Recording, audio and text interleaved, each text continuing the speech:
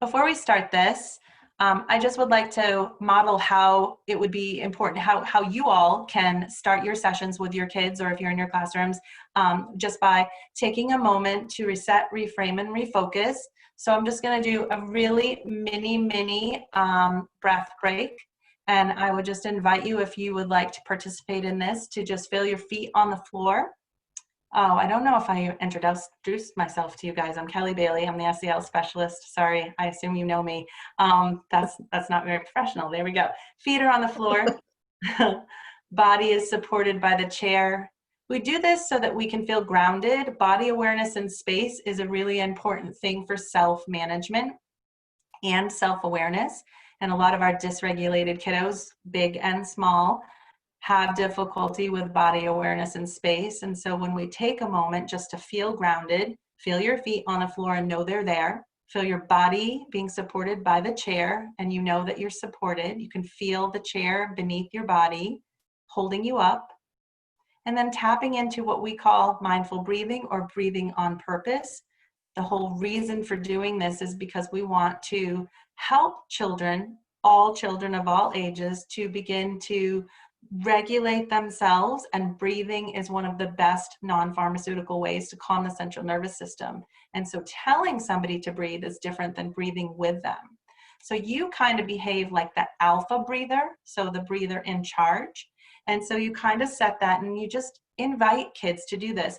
And it's not a have to, it's really a want to. So if you want to, plant your feet on the ground, feel your body being supported. Notice the rise and fall of your chest. Sometimes we invite people to put their one hand on their heart and one hand on their belly. And this is just a good reminder for diaphragmatic breathing patterns rather than clavicular. When we hold stress, we breathe from our clavicle or shoulders and neck. And a lot of our anxious kiddos do that. So just noticing shoulders down and breathing in through your nose for 3. Holding for a couple seconds, and then out through your mouth for 5. And in through your nose for 3. Out through your mouth for 5. And last one, in through your nose for 3. And out through your mouth for 5.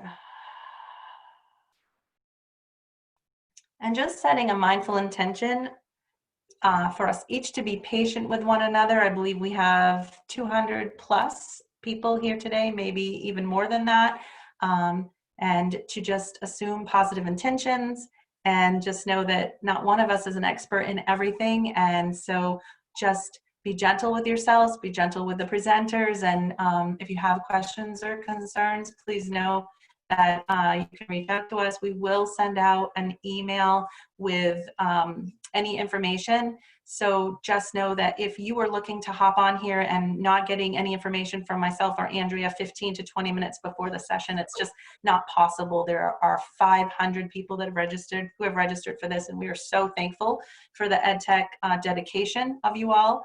But it's just not possible for us to respond to every single email. And if you do email about certificates or about the recordings and we don't respond to those emails, it's just not possible to do that for every single one. That's why we send out the big email. So take a moment and really look through it, because it will have all of the pieces and parts that you need to know in order to get the contact hours and to know how to access the recordings.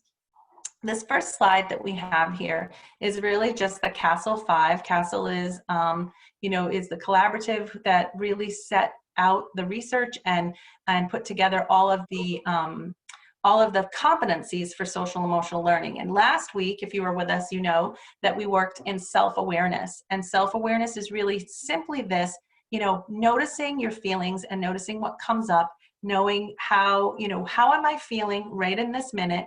And where does this feeling live in my body? And A lot of what we do with kiddos, especially dysregulated kiddos, is we expect them to self-manage before we have them really work in that place of self-awareness. So that's why it's super important to spend a good amount of time on, hey, let's be aware, journaling with them, having them color pictures, drawing how they feel if they're younger, just doing a simple get myself ready to learn. And remember that the brain neurochemistry that supports optimal learning is in the prefrontal cortex, and that dopamine and serotonin and the endorphins that support the executive function brain, which is the processing, thinking, remembering brain, the executing brain, that has to be online. And in order for that to be online, we have to know that we are integrated, connected, safe, and really loved. So that's why learning from that compassionate place, when we teach from compassion and we teach from our own sense of, hey, where am I right now? And what do I, am I ready to teach this child, or am I in a different place? And I'm just wondering, before we move on to self-management, if either Jessica or Laura have anything you all would like to mention about that, just about how you might tap into your own self-awareness before maybe you even get to work for the day. Jessica, you want to talk, or do you want me to? Go ahead, Laura, because you had some great points on this yesterday when we chatted. Okay. I just think that it's imperative for us to lead with our hearts. So in the morning when I'm getting ready, I just remind myself that these kids need me to be my best. And as I'm driving to school and as I'm walking into the building, I just remind myself that I need to connect with them on a heart level, and I need to be conscious of any possible triggers that I might have, or anything that's I'm bringing with me I need to leave at the door, and I need to just come in and be fully present in every moment, so that I can be my best self in every situation. And I can't remember what I said yesterday. Well, one of the things that we talked about is the power of pause and not being in that wheel of automaticity. So absolutely, the one thing that we do as teachers, educators, whatever your role is with students in schools is, and this is practice for yourself. So we did get cut off last week, and we're sorry about that. We're going to really watch the time and make sure that doesn't happen this week. So I might go through some things rather quickly, but just know you will have the slideshow and the recording to look at. But when we're in a place of automaticity, what that means is we're not aware. We're unaware of how we're moving through our day. So one of the first things that we can do for ourselves when we wake up in the morning, before, swinging your legs out of the bed and standing up and going to do your routine, take a second to know that I'm awake. Okay, here I am awake. I'm going to take some cleansing breaths. I'm going to engage myself and regulate myself, and not, how many of us wake up in the morning with dread about what's happening for the day? Like, oh boy, I've got to do this, or, oh, this is going to, I have to do this, or I have to do that. And when those things happen, what they do is they change the neurochemistry of our body even before we've started our day. So self-awareness is about really knowing, am I present, and am I powerfully present? And am I in that just right place?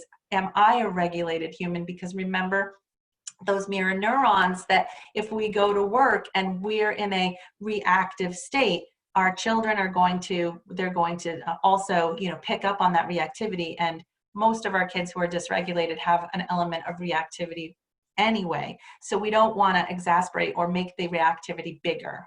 Okay, I feel like we need to move on. So I do remember something that I said yesterday is to wake up, just may I be patient, may I be loving, may I be kind, and surround yourself with positivity. Don't turn on the news. Don't turn on anything that's going to put you in a reactive state. Absolutely. Surround yourself with things that build your spirit and lift your spirit. Right. So thinking about, I get to go to work rather than I have to go to work is another, just reframing things. Okay. So just a quick brain review. Remember that the prefrontal cortex, which is what I was just talking about, really is the thinking brain, and that amygdala that is inside, it just sits right under, in back of your prefrontal cortex is your protecting brain. When your prefrontal cortex is engaged, the neurochemistry supports thinking and responding. When the amygdala is engaged because of fear or embarrassment, shame, anxiety, when that's engaged, the neurochemistry changes, and instead of having the neurochemistry to support the prefrontal cortex processing, the neurochemistry supports fight, flight, freeze, or submit, right? So know if you have a child who is in that reactive place. Jessica had a great example about this in your work with older children, because I know you work with high school students and you're at that tier 3 intervention in the ISS room. You were talking about a student, and here's the thing, Jess, I would love for you to just share that briefly, really, right, if you can. Just noticing that Jessica has a choice. She had a choice to respond to the student in the situation or react. And I'm hoping you're remembering that we're talking about the telephone and the struggle with that. So if you would share. Absolutely. So I had a student this past year. They're not allowed to use their cell phones in the classroom. And she was trying to listen to music on her phone. And so, I had a conversation with her, told her we need to put it away. She did not respond well to that, and started to make comments using, foul language. And I had to stop and decide, how am I going to handle this? And so I asked her if she would join me in the hallway, and she did agree. She came out to the hallway and she didn't say anything. She just sort of had a scowl on her face. And I looked at her, and instead of just laying into her, I said, what's going on? Because this reaction I don't really feel is about a cell phone. And when I said that to her, I could see tears starting to well up in her eyes. And she didn't want to talk about what was going on, and that was fine. I told her, I said, I'm here. If you want to talk, I'm happy to talk. If you want, if you want to go to the guidance counselor, I'm happy to send you there. I said, but here's what I need. And, I talked about how there's other kids in the classroom, and this is what we need to be able to accomplish during the day. And at the end of it, I kind of said, can you agree to that? And she, kind of looked at me, and I put my hand out so she could shake my hand, and we agreed. And for the rest of the day, she was not happy, but she did not continue to make comments. And at the end of the day, I always shake each of their hands before they leave. And I shook her hand, and I thanked her for being able to regulate her, basically to regulate herself and to be able to get through the rest of the day. So. Yeah, I think thank you for sharing that. I think that's so important for us, as your students, as you see your students saying, instead, remember the power and the language of intention, instead of saying, hey, how are you today? Or how's it going today? Just say to them, I'm so glad that you're here today. Thanks for coming to school today. Just being thanked and recognized and noticed and seen supports that, connection. Sometimes if we say to kids, how are you today? And they're not in that just right, learning space, and they brush you off, or they say, I'm horrible, then you have to decide, how am I going to react or respond to this? So just changing the way that we communicate our, hi, I'm really glad to see you today, and really be glad to see them, because these kids, they know if you're not glad to see them, right? So it has to be genuine. But remember that you're always going to have a choice. I can either help this situation, or I can hinder, or maybe even make it worse with how I behave. And Jessica had two choices there. She had a choice to either, kind of get on this kid's case and say, the rules, this is ISS, this is how we're going to do it, and take that hard line with the student, which would all just make her dig in and feel, she would go into flexion, which means to move away from. Or she can say, hey, what's going on? What's happening? And the reason that I think, Jessica, that student was able to go outside of the classroom with you is because you had already established a very trusting relationship. Remember that if we don't take time to build that connection and build the relationship, that student probably would have said no, or something worse than that. So just remember, whatever we say or do can either help brain chemistry and regulation, or go the opposite way with this. So Andrea wanted us to play, I'm hoping this will work. She wanted to review the TFAR, because remember, some of this is just review, that when we are talking about the thinking brain, that thoughts can cause feelings, and feelings can lead to actions. And this is about 3 minutes long-ish. So let's see if we can make this work.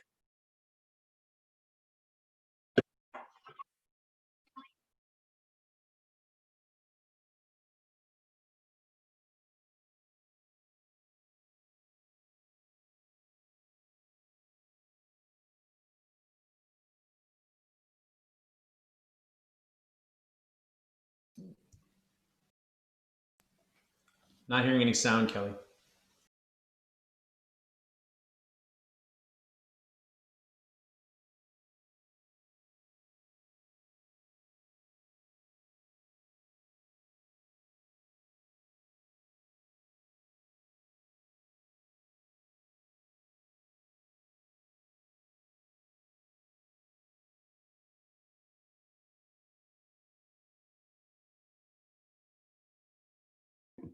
Are you still there, guys? You can hear me okay? At the risk of losing the whole slideshow, I'm just gonna reiterate this. Okay, so let me just make sure you can you see the slideshow? No. Whew. So I'm gonna show you in real time how I sit with self-awareness. Right now, I'm feeling frustrated and overwhelmed. I know that I have 300 people that are counting on me to make a presentation available to you, and this is not my best friend yet. Technology is not my best friend. So I need you to hold space for me, which means to breathe with compassion and caring, and I'm just gonna see if I can't get us back. So please hold on.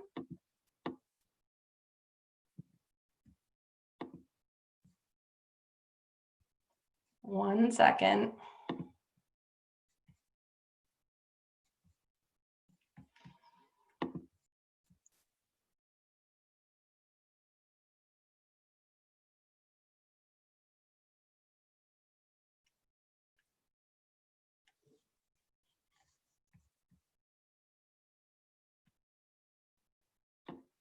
You're still there, right?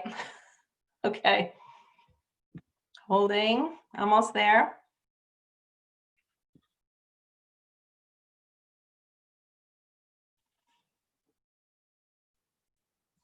Okay. Wowza. Really sorry about this.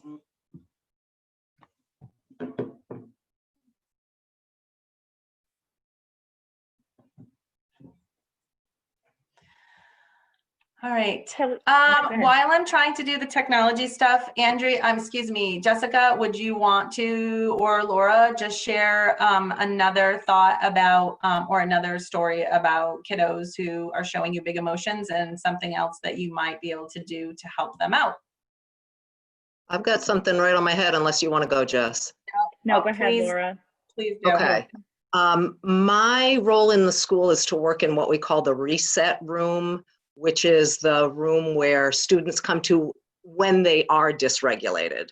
So when a child comes to me, or when I'm called to go get him from the classroom, him or her from the classroom, and they're completely dysregulated and they're spouting and they're, profanity or whatever it is, we get down to the reset room, and I've already set this pattern in place. So I have a sand timer that I set for 2 minutes, and I say, say whatever it is you have to say. I'm not going to interrupt, let it all out.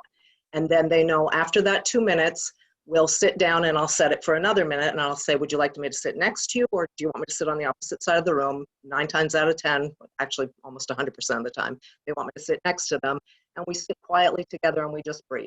And if they're having a hard time slowing their breathing, I'll say, would you like me to breathe with you? Sometimes we sit back to back so they can feel my back breathing, or we hold hands and we breathe in, breathe out. And then before we even start talking about what the situation was, I try to encourage them to think about something that they're grateful for. Think about something in your life that makes you feel happy, that makes you grateful, that you're thankful that's a part of your life. And that kind of brings them back to baseline. And then we can talk about, without blame, just explain to me what the situation was. And I want to hear, I'm really going to be listening. And so they know they're heard, they know they're acknowledged, they know. And then we just talk about what were you thinking or feeling during the time. I try to bring them to a place of self-awareness, and before you can expect somebody to self-regulate, especially with the little ones, it's important to co-regulate, to teach them how to regulate by regulating with them. So then we talk about, what happened, how were you feeling, how do you think the other person was feeling, if there was another person involved, what happened and what could you have done differently for a different outcome. And it's a process that children that have spent time with me understand that this is the way we do things, and it's definitely a path towards becoming able to self-regulate and self-manage. Yeah. And I just want to reiterate what what you said, Laura, about how you have to get them to a place first. And I think we make that mistake so much in what we do as educators, because especially like when I was teaching, when I was, the teacher in the classroom, you're trying so hard to get the situation back under control that you forget that, and if you look at this TFAR slide, thoughts cause feelings. Those feelings are what's regulating them at that moment. If they're upset, like Kelly says, when you look at the brain, this frontal the front cortex, the thinking part of the brain is not working. So if we start to talk to them and start to try to negotiate with them or say, we need to do this or that, they're not even in that thinking part of the brain. They're still using only emotions. Right. And so I love that, Laura, that you bring them back first to that baseline regulation before you move on and say, okay, now let's talk about this. Right. So that's perfect. Kelly, it looks like you have your slideshow back up. But you're muted. There she goes. Okay. I just want to tell everybody in chat land, thank you so much for those kind words. I appreciate you so much giving me just a little bit of encouragement and a little bit of love, because I could feel myself unraveling and feeling my face getting red. So I know, because I know the brain, I know what's happening to me. I'm starting to, unravel. I'm starting to get worried. I'm starting to have, fears. And so I'm in the back brain protection right now. So Bear was sending me positive messages saying, you need, how about we do this? Laura and Jessica were able to take over for me. What I'm not going to do is I'm not going to play the videos, because I think that's going to mess us up. The videos will be available for people who want to watch this watch this on recordings, but Andrea and I know what we're talking about with here. TFAR is really about thoughts cause feelings, and feelings lead to actions, and those actions lead to results. And Jessica and Laura, you just said it beautifully. Remember last week we talked about the hand-brain model. Talked about Dr. Dan Siegel's hand-brain model. Thumb represents the amygdala. When we do this and we teach kids about their thinking brain and their protecting brain, when I get a little overwhelmed or a lot, the amygdala is going to start to activate all the neurochemistry. So if I'm thinking about something that causes me to go into a place of fight, flight, freeze, submit, then my actions are going to coordinate with that thought. So that's why practicing gratitude, when we practice gratitude or we take a moment to breathe, it starts to calm the parasympathetic nervous system and allows us to move forward. And so it's one thing to say to somebody, calm down and breathe. It's another thing altogether to say, I can tell that you're feeling upset, and I get that. Sometimes I feel upset too. So what helps me is just to breathe. And it's okay if you don't want to, you don't feel like breathing right now. I'm just going to take a couple seconds and breathe for us, and what you're doing is just changing. And that's why it's so powerful when teachers take breath breaks in the classroom, for the whole class, because there's a difference between saying, okay, guys, we're going to flick the lights, we're going to lose 5 minutes of recess, we're going to do that punitive sort of thing, or say, hey guys, it's really loud in here. I'm wondering, it's starting to hurt my ears and make me flip my lid a little bit, or make me feel a little overwhelmed. And when that's happening to me, I'm not at my best. So I'm just going to invite everyone to stop and just breathe on purpose. And that's what you can do too if you're working with kids in a small group. So we just talked about this. This is just a nice little flow chart, self-regulation. Remember, self-management really is about self-control. And it's self-control of our emotions, our behaviors, our thoughts, and our feelings. And that's where TFAR, Andrea's acronym, or her acronym about, thoughts, feelings, and reactions. So, biologically, we have a temperament and we have a personality, and then we have self-concepts and attitudes in the middle. And I'm going to teach you something later called RAIN, but if we attach meaning and identification to a behavior that we had on one day. So say a little boy or a little girl comes in and he's mad. You know, he's a mad, or the little girl's mad, and they say, I am mad. We can change that for the small child and for big kids by changing the way we communicate that. You're feeling mad today. I'm curious about that. What's happening? What's going on with you that's made you feel mad? So that we talk about it as it's a feeling that you're having. It's not who you are. Because once we start identifying ourselves as the feeling, then we become attached to that. And sometimes we will stay attached and addicted to chaos, and because that's what we know. We have to allow these children, big and small, to have a bigger identity, a bigger concept of who they are, right? And what they're capable of. So watch the way we talk about that too. I was saying to you, I was feeling embarrassed. I was feeling overwhelmed. I'm not an embarrassed, overwhelmed human. I have feelings in small moments that make me behave that way. So Dr. Cassie Yackley from New Hampshire, she always talks about, you know, really looking at kids and looking at the behaviors and being curious about them and asking this question, I want, not to the child, but to yourself. When you see a kid flipping over a table or flipping over a chair or coming into the school already with these big feelings or these big emotions or these big covert behaviors, say to yourself, I'm wondering what's happening to that human. I wonder what's going on with this little boy, big boy, big girl. What's happening to them? And what can I do? How can I behave so that I can co-regulate with them? Because we can't just ask kids to manage themselves, especially children who don't have that support in their home. We have to show them self-management, and that means we become self-managed.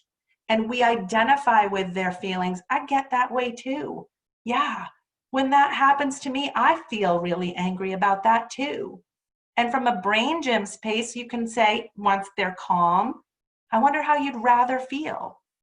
Would you rather feel happy? Would you rather feel peaceful? Would you rather feel calm? And it sometimes takes kids a minute and they say, oh, I didn't realize I could feel a different way.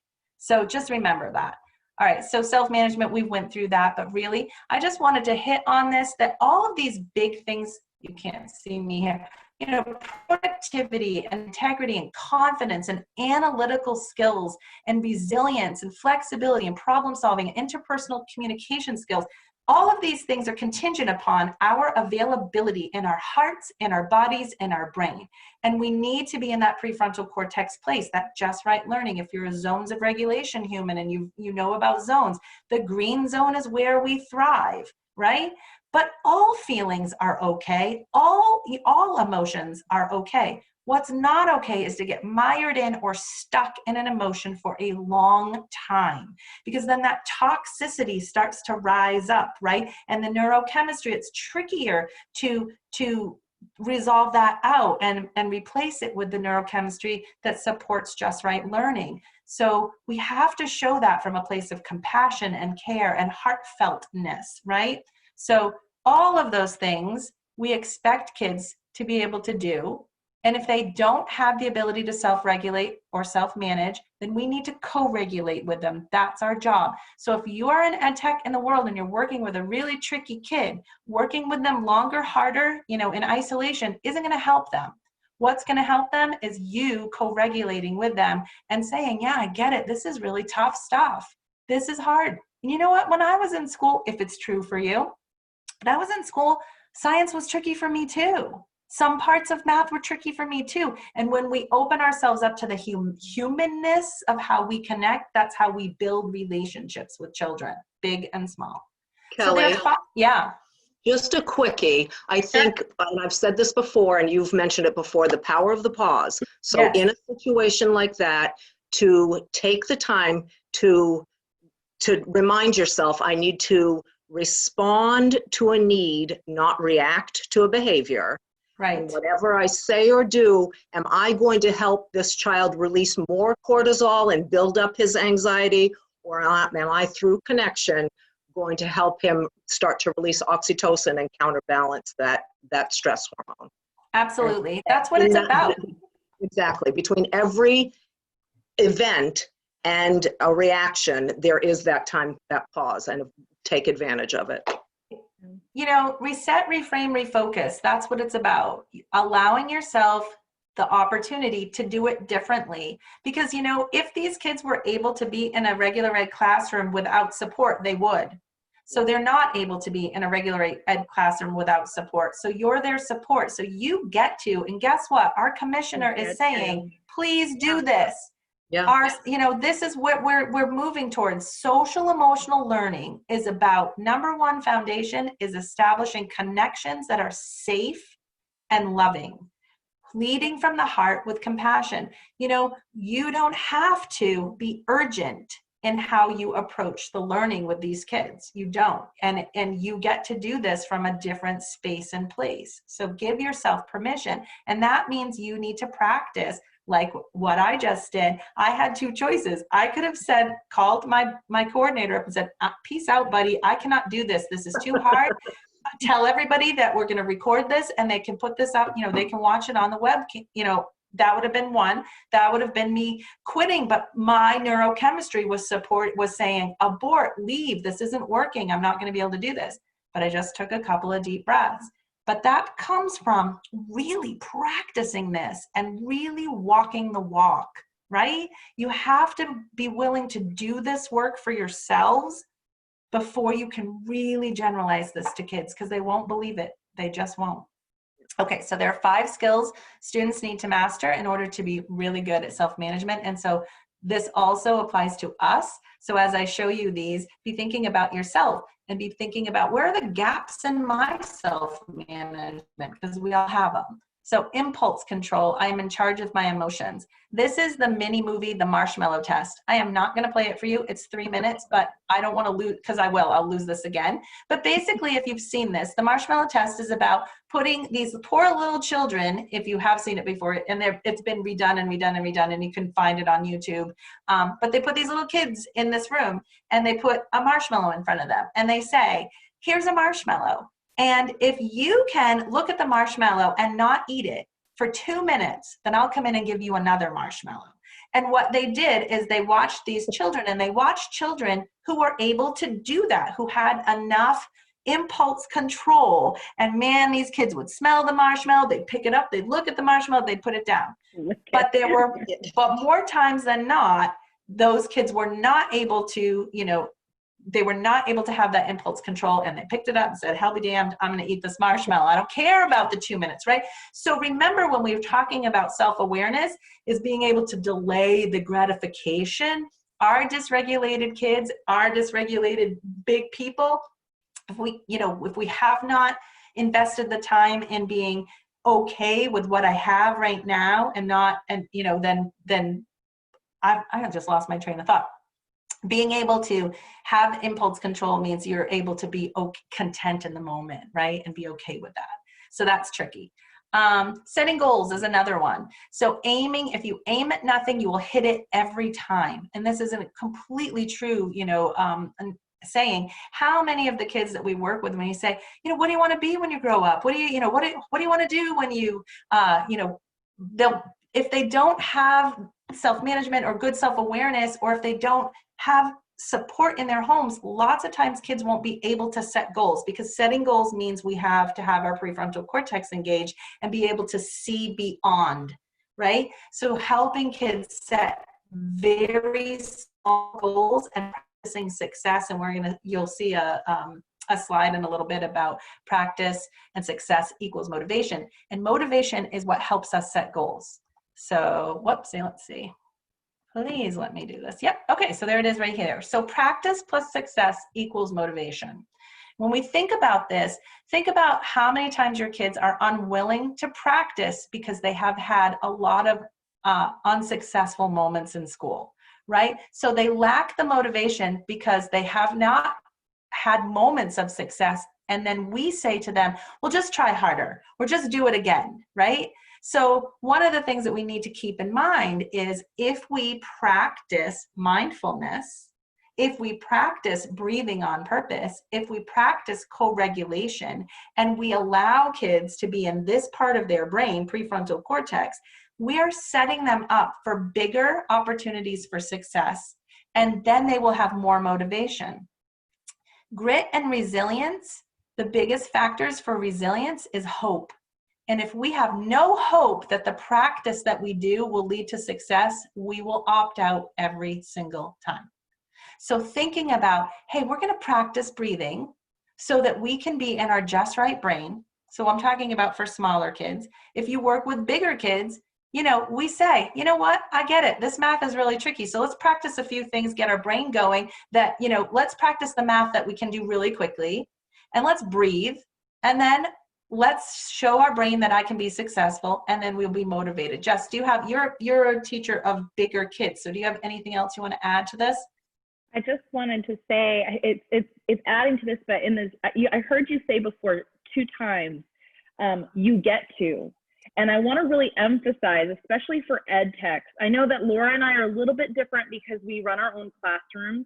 And I know a lot of you are working with another teacher. So you may feel that maybe you don't have, and maybe you're not empowered, or maybe you feel like, well, this is great information, but I'm not the main teacher, quote unquote. But we get to work with these kids on a much more individual basis. And we get to help them practice. And I want you to know something that, especially our kids that have been through really traumatic experiences, or they just live in toxic, stressful environments, it's really hard for them to self-regulate. But every positive experience, and we talked about this yesterday, but we actually are built to want want those positive experiences. So if you can be that positive influence in their life, then this practice plus success equals motivation. It's not going to be an overnight change. It might be something that we have to help them do over and over and over again. But that continual positivity in their life will actually help to rebuild their nervous system. And then you'll start to see, it might be slow though. So I don't want anyone to think that this is a quick fix, or these are these magical things and everything always works well for Laura and I in the classroom, because it doesn't. But it's that building over time. We have to be able to willing to put the time in ourselves. So even when we look at practice plus success, we have to be practicing constantly about looking at that child and thinking about that mindset of, I get to every day. Mm-hmm. Yeah, it's actually, go ahead. I was just going to say, I have a quick thought about how to implement practice and success. Please talk about it. I think that if you're working with a child and say he's stuck on his spelling words, and he writes a spelling word and you look at it and you encourage him to, does that look right to you? And then to say to him, what part of that are you absolutely sure of? Like, focus on the positive first. I'm absolutely sure that the word stop starts with an S. Now, what parts of it are you not so sure of? And he'll look at it. And then what can you do to try to figure out how to change that part so that you can be sure of it? And then they can come up with, you know, I could sound it out. I could look around and see if I can see the word somewhere else in the classroom. But to start with the positive, to point out that he probably has the skills to figure out how to first of all, figure out what part he's not sure of, and then to come up with a plan to fix that part. And then to just, you did that. I am so impressed. Do you feel proud of yourself? If I was you, I'd feel totally proud of myself. Not I'm proud of you, but do you feel proud of yourself? Yeah, so and that even asking agency. Right, and even asking, not even putting that notion of pride, you can, but you could say, how does that make you feel? Yeah. Like, what word comes up for you? Because they might not believe pride. They might not believe proud, because that might not be something that's in their, you know, in their capability in that moment to grasp. If you have a kiddo that understands, but just, I'm not saying that that's wrong. All I'm saying is allowing them the agency to come up with their own feeling word, because then they're building their self-awareness. Take a second. How did that make you feel? Yeah. And where did that feeling, so kids will say, oh, it makes me feel really good. What's another word for good? So you're building it. And, you know, you could say, you know what, when I do things like this, it makes me feel really proud. Proud means that I can accomplish something and I did it because I worked super hard, and, you know, that sort of thing. Because those are the words, the language of intention that we talked about last week that really help kids build that agency. You're 100% right. So I'm going to move to, Sarah had a really good question in the chat. She said, what if they can't identify feeling? Right. So if they can't identify, so if you have a nonverbal child or you have a child that just hasn't built that feeling vocabulary for themselves, they're void of that, then you could have a visual, right? You could have an emotions chart and say, you know, maybe you just have 2 emotion charts. Thank you for monitoring the chat, by the way, because I can't do that on my end. I mean, I can, but then I can't man this. Go to that. I lose the ability to slide over.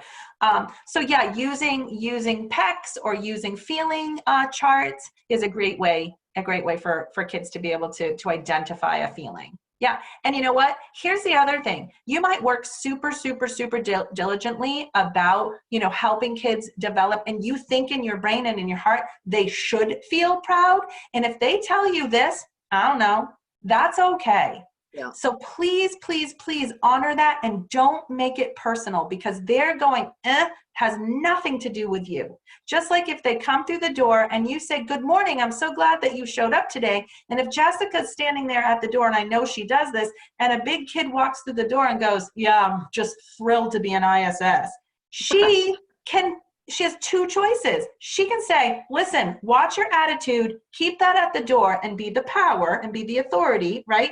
Or she can say, yeah, me too, or something like that. Or, you know, I know, buddy, but we're going to have a great day, or something like that. You have 2 choices, because kids are not there. They're not there to fill you up. You get filled up by kids. Those kids are bringing the best they know on any given day. And you have we don't know when they walk through the door what their morning was like. We don't know what happened last night. We don't know if their sleep was interrupted. We don't know if they, you know, so please do not tie your identity to being filled up by what kids say or don't say. You might work your butts off to have something really amazing that you think the outcome should be this, then you're just setting yourself up and those kids up for this dynamic of disappointment. So it's really important. Fill yourselves up. Don't allow kids to, you know, kids they'll fill us up. But those babies who are suffering and who have some trauma history, they're not going to be the ones initially. They may be, they do a lot of pushing away, as you know. I'm not telling you anything you don't know. Okay, we need to move through these slides. So that's, you know, just leads us to the next thing. And Laura and Jessica and I were talking about this yesterday when we were putting the slideshow together, really establishing trust and leading with the heart. It begins with us. Those powerful mirror neurons, building our own self-awareness. It's okay to make mistakes. If you I made a mistake here, right? So you go, hey, this isn't working. I'm still learning. Using language like, even though this is tricky today, I believe that if we work together, we can figure out, we'll make a plan and make this work. Not telling them things that you believe to be true that they might not believe to be true for them in that moment. Right? Shifting our mindset, growth mindset for educators means that we are going to speak with language of intentionality, and that we're going to say to ourselves, I'm going to do my work and I'm going to get my, you know, filling up through my own breathing, my own regulation, my own sense of being, and allowing these children, big and small, to be the humans that they are in that moment, honoring and respecting that they are human beings and not human doings.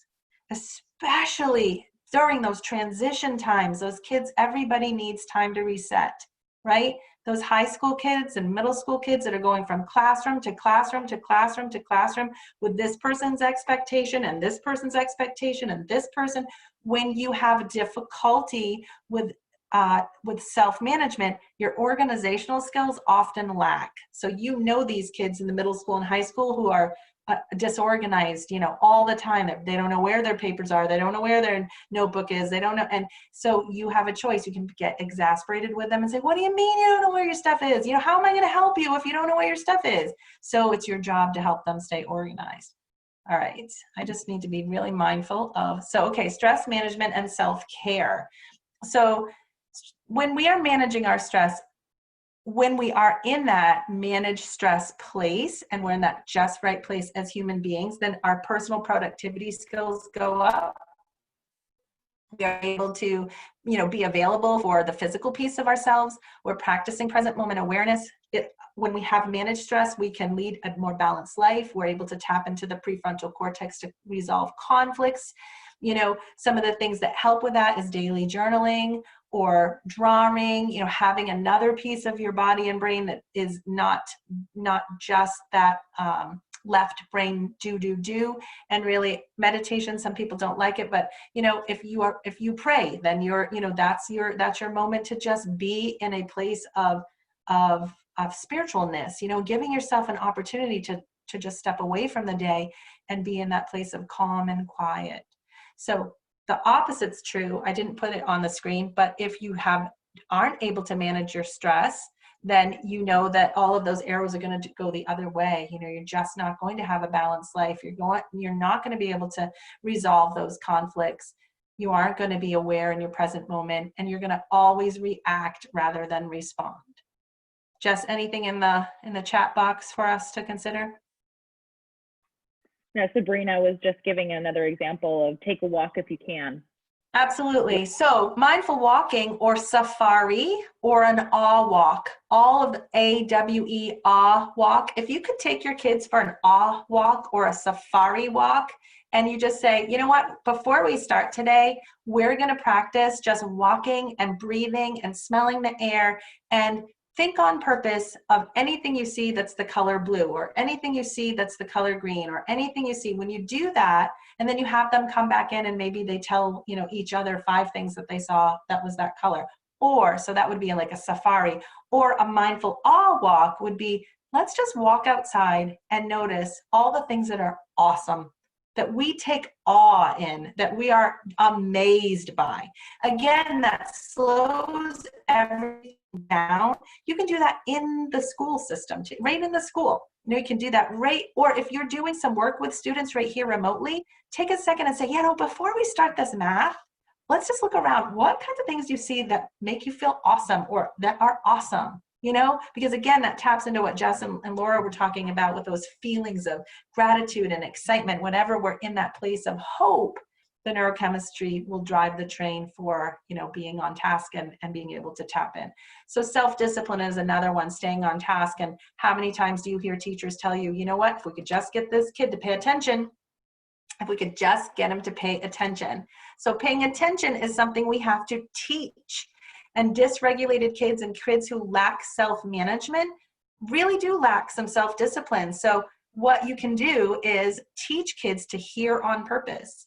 Maybe you get a bag for younger kids and you put some objects in a bag, and then you ring the bag, you play the bag, or have them close their eyes and you have just chimes that are playing and they have to listen until the sound goes away. Listen when it's close, listen when it's far. What you're doing is you're helping people tap into listening on purpose, paying attention on purpose, and having that self-discipline and regulation. So that's something. Whoops. And then I talked about this earlier, but organization is I can organize my thoughts and my work plan. So disorganization, chaos is something that some of us feel comfortable in. And when kids are in a disorganized, chaotic environment that makes sense to them, but it doesn't make sense to you, and if we change that too abruptly, then we're gonna cause more dysregulation for them. So just do this gently, helping with organization. How some things that work for me is blah, blah, blah. Here, what do you think about me helping you with da, da, da, da, da? Instead of just going and saying, this is so disorganized, because what we're doing is we're putting our personal judgments about the human, right?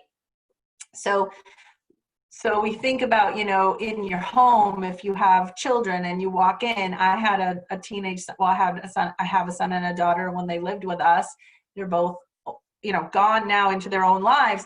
And I go to their homes and they're so organized, but when they lived with me, their bedrooms were a mess.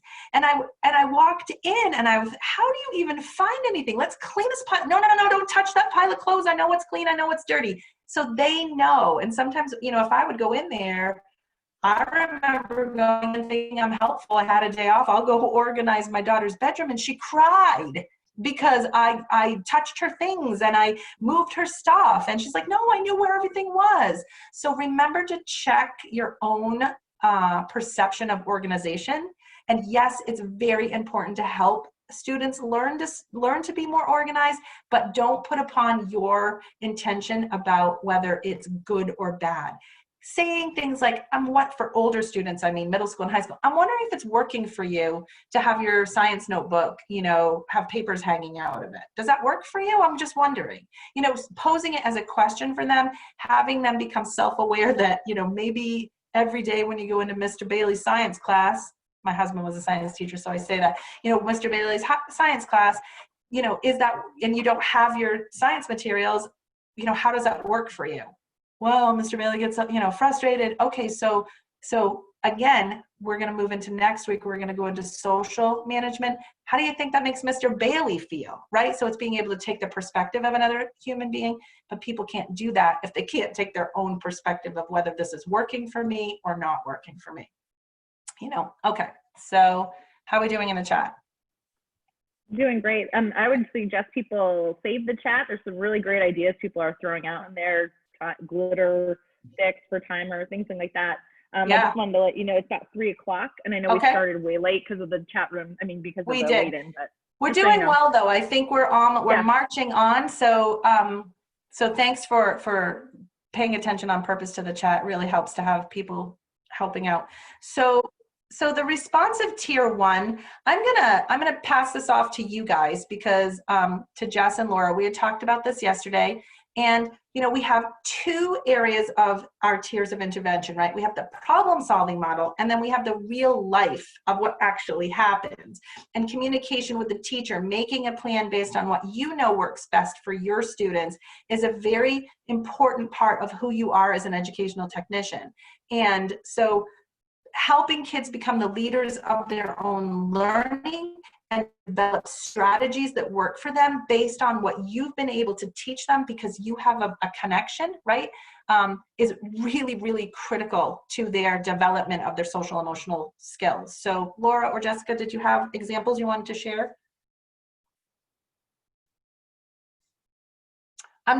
You're muted. Go ahead, Laura. I think it's important for us to remember that we, in our roles working with individual students, might be their only advocate. And so that once we've established a relationship with them, then it's imperative for us to even maybe step out of our comfort zone. And if we're looking to the classroom teacher as our superior, or to not be afraid to advocate for our students. And this, actually, Kelly, you and I had talked about this book, Beyond Behaviors. Yes. I highly recommend the book. It's entitled Beyond Behaviors, Using Brain Science and Compassion to Understand and Solve Children's Behavioral Challenges.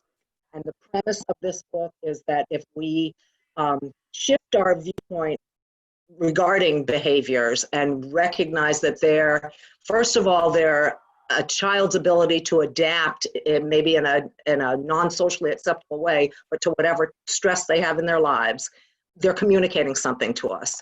And in using this book, there's forms that help us look like at below the tip of the iceberg, what could be causing these behaviors and whatever. So if you take the time to dig deep into what are the causes of this disruptive behavior, or whatever it is, and to really try to understand where it's coming from, and I'll say it again, respond to a need, not just react to the behaviors.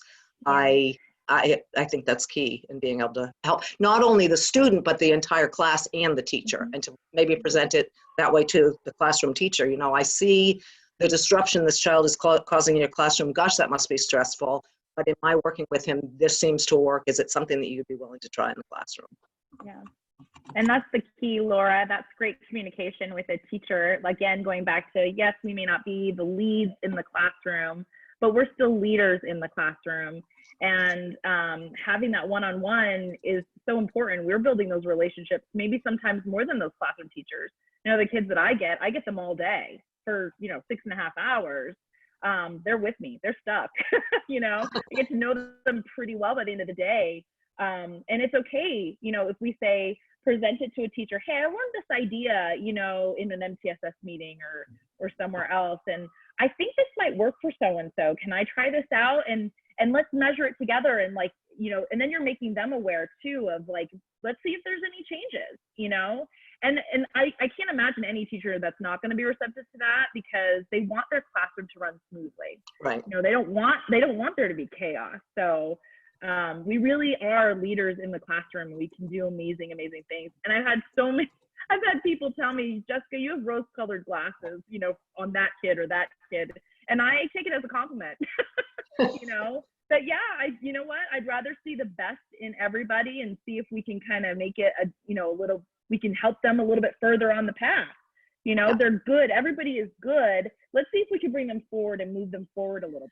So Jessica, that what you just said is everyone is good. Behaviors can if a child, even especially high school kids. I just saw somebody in the chat saying that some teachers are often resistant or not willing to really talk about this because the behaviors are so disruptive. And, you know, we have to remember, we can't look at this through, you said, or somebody said rose-colored glasses, that, you know, when we get a kiddo, especially a male who's big and he's gone through a lifetime of learning hard, and he gets up to the high school, or a female, same thing, and they've gone through a lifetime of learning hard, and that neurochemistry supports defensiveness, you know, and they're in back brain protection. It's going to be super tough. This, like you said, this doesn't happen overnight, and it may never happen even in that moment. But what we're inviting all educators to do is to think differently about children. What happened to this kid that has made this kid so defensive?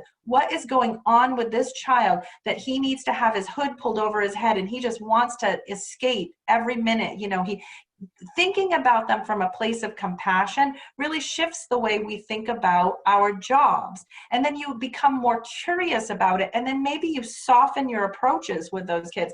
But, you know, we have to do our work ourselves. This is why it's so important that when you work on your own emotional intelligence, you look at yourself, where are the gaps in my emotional learning? You know, how self-aware am I? How do I manage my stress? How do I go through my day on an automatic pilot? Or do I go through my day taking a pause, breathing on purpose, noticing if I'm walking around with my shoulders up by my ears all day long? That's not good stress management. You know, when was the last time I went to the bathroom? When was the last time I had something to eat? When was the last time when somebody said, hey, how's it going? That I didn't grumble, just can't wait for this day to be over. You know, remembering to shift the way you think about, if you're driving into work, once we get back on that path and we're driving to work, you get to drive to work and take a minute to be in awe of things you pass, and how grateful you can be to have this job to go touch the lives of children. Super important. When you start doing that, you know, there's a reason that kids want to go to ISS with Jessica Rice. There's a reason that those kids they don't want to go back into their, you know, regular ed classrooms. So what is she doing that's different? I'll tell you what she's doing that's different, is that she's welcoming them. She's telling them, I get it, I'm going to help you. And she's showing them love and care and compassion and understanding, that she's not making ISS, you know, this is you screwed up. You're here, do your time, get back out there and don't do it again. You know, so what she's doing has to filter out into, can you imagine how beautiful it would be if every teacher on the planet led with love? And we taught empathy and compassion and caring. That's where we're moving. That's what our commissioner wants us, you know, wants to invite us to embrace.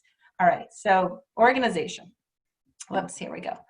So peer, okay. So the goal of practicing self-management really is to increase that ability to be self-motivated, to increase our ability to change our behavior based on self-monitoring and feedback from others. Do I get defensive if somebody says something to me? Because maybe there's something element of truth to that, and it makes, so can I be curious the next time somebody says something to you, and if it hurts your heart, be curious about that and say, this is making me defensive. Like, oh, this is what defensiveness feels like. let me sit with that for a second. This is not what we do, right? When somebody pokes at us, we poke back, or we escape, or we hide, or we submit. So when we build our self-awareness and when we build our self-management skills, then we're more present in how we can interpret or consider the motivation or the intentions of other people. And maybe those intentions aren't pure and good. Maybe they're not. Or maybe that person didn't know that would, tip me the wrong way. So self-management, self-monitoring, modification, motivation, all go in one. It's all part of the circle. So we're learning to take task by task and plan and have an outcome because we have a goal. But if we don't have the ability to perceive a goal, we have to back that bus up. And that's why self-awareness is so, so important. Checking in with yourself multiple times a day. What's happening to me? What's happening inside of my heart, my body, my brain? What am I feeling? Maybe it's not even important that we know the why, that we are there. I can sit with that for a second, and then we can either let it go or process this with somebody that we trust and love, who can give us perspective, and then allow ourselves to be open to, well, I'm wondering if it could be this. You know what I mean? Perspective taking. We'll get into that next week. So let's see where we are. I just put this in here because I just loved it. It's a heavy subject, but humans who lack self-control might look like this when they grow up. And Laura pointed out faces in the cake with the candles lit and all. So that could be a little bit, but I just wanted to give you something to laugh about. So I want to just leave you with a few mindful strategies to work on. So RAIN is an acronym: recognize, allow, investigate, and non-identification. So you can teach this to kids. You can show them a picture of rain. They can draw rain, and you can teach them to recognize a feeling. And if the feeling is anxiety, and I remember, I'm not a mental health counselor. I'm not a counselor of anxiety, but, this is what anxiety feels like. And you can choose, you can say, Laura Lyons, or she is a anxiety specialist. She can say, you can say things like, I sense you anxiety. This is anxiety knocking at my door. And I don't have to do the disorder. I can say, you know what? I don't have time for you right now.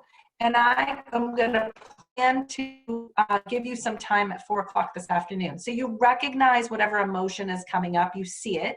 When you're sitting in that mindful place, you maybe can allow it to be there, investigate it with curiosity, like, I see that's coming.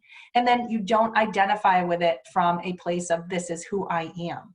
This is just a feeling or an emotion that is coming up for me in that moment.